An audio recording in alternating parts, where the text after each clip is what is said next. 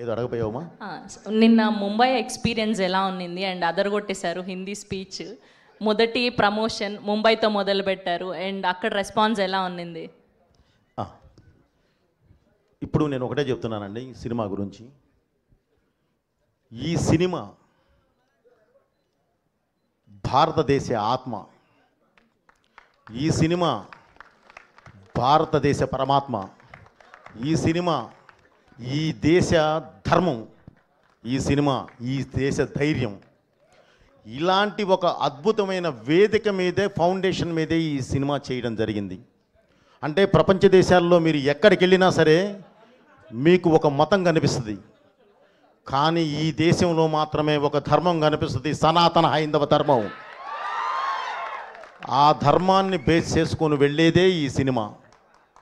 మీరు మీ ఇంట్లో ఉన్న చిన్నపిల్లల దగ్గర నుంచి అమ్మా నాన్నల వరకు అందరూ వరుసలో కూర్చొని అద్భుతంగా చూస్తారు. అది నా బాధ్యత, నేను మీకు ఇస్తున్న హామీ. సో ఇలాంటి సినిమా తీసినప్పుడు మీరు అడిగారు ఎందుకు ముంబై అని. Mumbai is a culture runway from movies. అది దేశానికి రాజధాని. మనం అక్కడి నుంచి అంటే మూవీస్కి అక్కడి నుంచి కానీ మనం ప్రారంభిస్తే దేశం మొత్తం స్ప్రెడ్ అవ్వడానికి అవకాశం ఉంటుంది.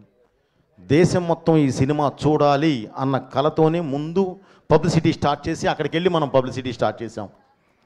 అది మెయిన్ ఎయిమ్. నెక్స్ట్ అండ్ ఇంకొక క్వశ్చన్ ఉంది. మా అందరికీ మీరు ఏ డైలాగ్ రాసినా అది గూస్ బంప్స్ క్రియేట్ చేస్తూనే ఉంటుంది ప్రతిసారి మీ కాంబినేషన్. కానీ స్పెషల్గా ఈ అఖండ 2లో మీకు గూస్ బంప్స్ క్రియేట్ చేసిన డైలాగ్ ఏంటి, సీన్ ఏంటి? నీ బిడ్డల్లో ఏ బిడ్డ బాగుంటాడు అంటే ఏం చెప్తాం చెప్పుమా. ఇది రాసింది నేనే, ఇది తీసింది నేనే. సో అది ఎంత ఇది చేసినా సరే దాన్ని ఒక ప్లాట్ఫామ్ ఎక్కించే విధానం ఉంటుంది సెల్యులాయిడ్ మీదకి. దానికి నాకు కావలసిన నా ఆయుధం బాలయ్య గారు, ఆయన ఎటు ఉన్నారు. సో ఇందులో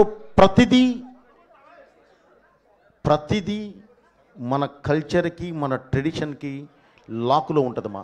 సో అందువల్ల ఏంటంటే ప్రతి డైలాగు బాగుంటుంది ఇందులో. అసలు ఏది ఇది బాగుంటుంది ఇది అది అనడానికి లేదు, కాబట్టి ప్రతిదీ బాగుంటుందమ్మా. Thank you very much. నేను చెప్పా ఆల్రెడీ ఆయన ఇలాంటి ఆన్సర్లే చెప్తానరా, అడగొద్దు మనం దొరికిపోతాం అని. అయినా సరే వాళ్ళు వినట్లేదు సార్, ఏం చేయమంటారు? అయ్యయ్యో లేదు.